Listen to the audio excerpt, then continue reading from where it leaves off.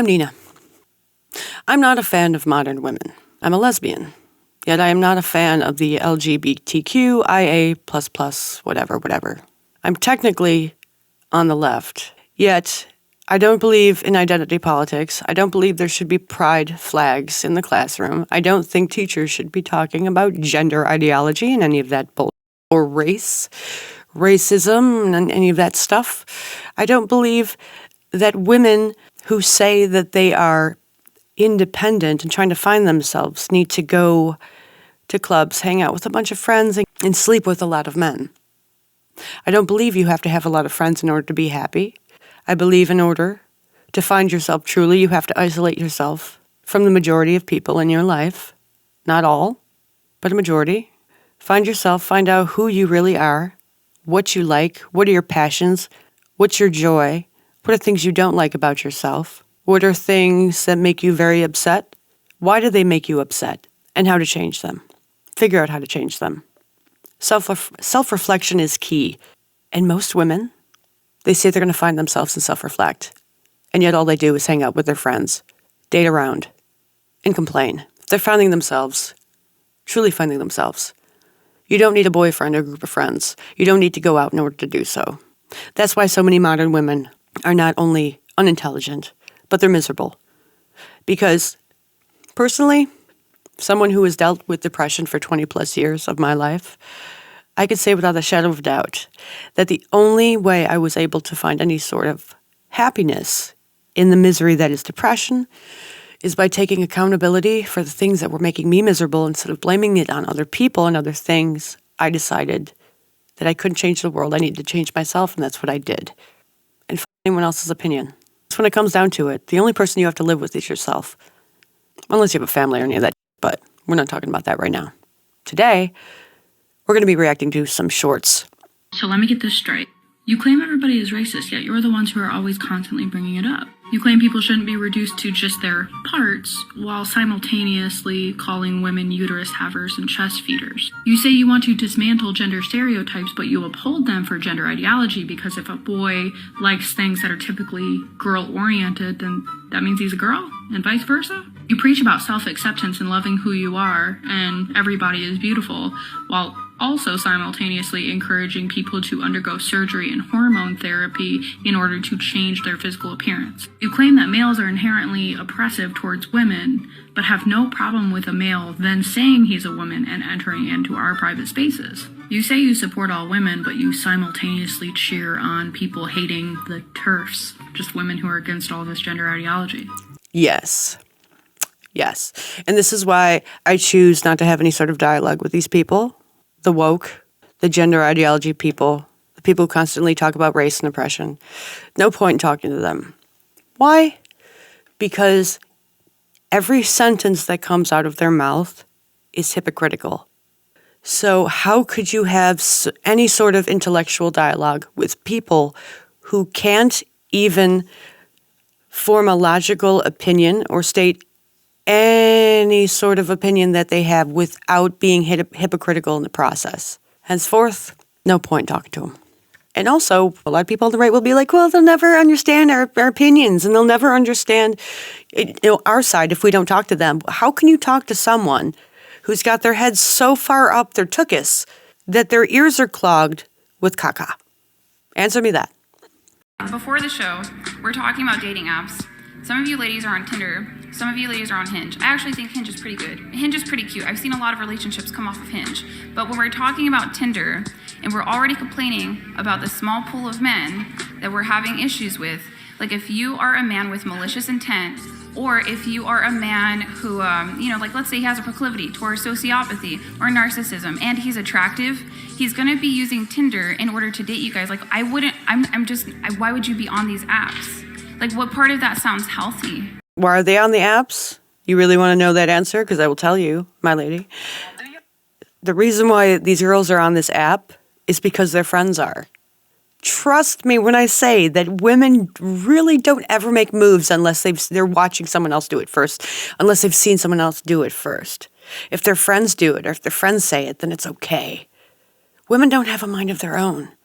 Very small pool of women that actually do have a mind of their own and will go against their friends' opinions and be true about their own opinions and who they are. Very small pool of women that will do this because they don't want to be outcasted from the group. It's a sickness. Have female friends, No, it's a waste of time. but like the girls that work here, like, are they your friends? Well, they work for us. They're associates, yeah, business associates. Can I say something? I'm sorry there's not women in your life that makes you think otherwise. Yeah, man, who hurt you, man? Yeah, like I'm sorry there's not women in your life that makes you really believe in women and the power that we hold within ourselves. I'm sorry you ran into a lot of people who's lost and who's still trying to find themselves to the point where they can't even put into Can you tell me what this power is that you speak of? power, meaning what? I'm asking you, can you define what this power is that you speak of? Power? Yeah, the power that you referred to. You said, I'm sorry that you didn't get to experience the power that women provide. Et cetera, Meaning et cetera. everything that you're saying we lacking from the majority of women that you've met, because it's all off your experience. Well, actually, I'm basing it anecdotally on literally talking to thousands of men that have been friend zoned by women and not Oh, gotten okay, I anything in didn't know return. Modern women. One of the things I do not like about them is that they don't think before they speak. They think that anything that they say, they are tense, they are beautiful, they are strong, they have power, and yet they have no idea how to describe any of that. How to back it up. What power? What makes you so special? What do you bring to the table? They have nothing beyond what they heard and are parroting. Nothing. What do you think that says about the majority of modern women? Nothing good. Nothing good. This is why I'm not friends with any of them. I said goodbye. I don't care about you or your feelings if you're going to be an asshat. I don't like assholes. I'm asshole phobic. Call me whatever you want. I don't care because it doesn't hurt my feelings. Anyway, back to this. This girl needs to understand that you can judge yourself objectively versus subjectively. I can love myself but also be realistic about how I look. Him fat, him obviously not a 10. There are objective measurements to beauty. In my eyes, I think I'm a 10. Right, that's why I said objectively. Yeah. You said subjective. So wait. That's what, in your eyes, that's what subjective means. Ah, my Lord in heaven. This reminds me of just earlier today when I was watching a video where the guy was going up to the women and asking them. He said something like, Beyonce has a cause where she's trying to end women's suffrage. And they're like, yeah, I would totally be on board with that. I'd be right. If they did a concert, I'd be right up in front. We need to end women's suffrage. Ladies, stop listening to your friends. Stop listening to stupid people. Women's suffrage is not women's suffering. Women's suffrage is women's right to vote. So by ending women's suffrage, you're ending women's right to vote. Ladies, think and get some goddamn knowledge before you start opening your mouth. You're making everyone else look stupid. My Lord. What my advice would be to a woman who's on 27 and who's been on Tinder, like my immediate thing is get off of Tinder. Like stop doing that stuff. There are promiscuous people that are happy to like smash and pass and they're cool with it, but they're at the extremes of sociosexuality. That's not most people. Like most of the men that we sleep with, we probably want relationships with. She made a really, really good point here. Yeah, girls think that being loose and sleeping around means that they're independent and they have power, but they don't, because they're not the ones that are inserting themselves into someone. They're the ones getting used. They're the ones being inserted into. So how is that exactly powerful? Go back to the 1950s. Stand on a podium and say that you are strong and beautiful and powerful and that you were a free woman and that's why you open your legs to so many men. It doesn't make any sense. Why women are saying this is because they parroted from other people. And it's not a good look. They should really do a documentary, and I don't think they have yet. Not one that I've seen long-term effects of being in the porn industry. There is a documentary I think called After Porn. It wasn't too long after porn when they interviewed these people. I was thinking more like after 10 years of after doing porn, going back and asking these people if being promiscuous in the past left them fulfilled and happy and joyous in the future. What did that do for them? Are there any long-term studies on that? Being promiscuous as a woman? I don't know. I'll tell you one thing, though.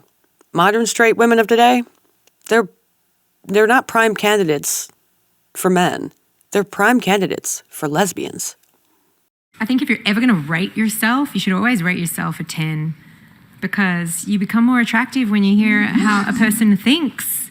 10. Okay, so you're a 10. Yeah. Okay, she's a 10. I have some makeup remover here.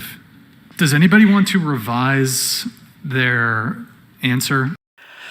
Oh my God. I think if you're ever going to rate yourself, you should always rate yourself a 10 because you become more attractive when you hear how a person thinks. You become more attractive when you hear how a person thinks. God. It's probably the dumbest thing I've ever heard. You're going to rate yourself a 10. That shows me that not only is she delusional, but she's incredibly unintelligent. And she likes trying to manipulate people because she thinks that people are so easily manipulated that if they think that they're amazing, that other people will too. Not the case. And that's not living in the real world either. And I'm really, really glad that I was born in the 80s. Because, dude, I would be some sort of really messed up trans child. I would have probably offed myself a long time ago. Because not only that, people were cruel when I was going to school, but we didn't have the freaking internet. When we went home, we went outside. We weren't on the phone all the time. We weren't on the internet. We didn't freaking have the internet. We had maybe dial-up AOL. So the internet wasn't the internet. There was no like social media. There were chat rooms. But barely anyone went on those things, especially as kids. We were outside playing kickball and Nerf guns and playing war in the basement and flipping over the couches so we had somewhere to like hide, like a home base so we can like try to get the other. That's what was fun for us.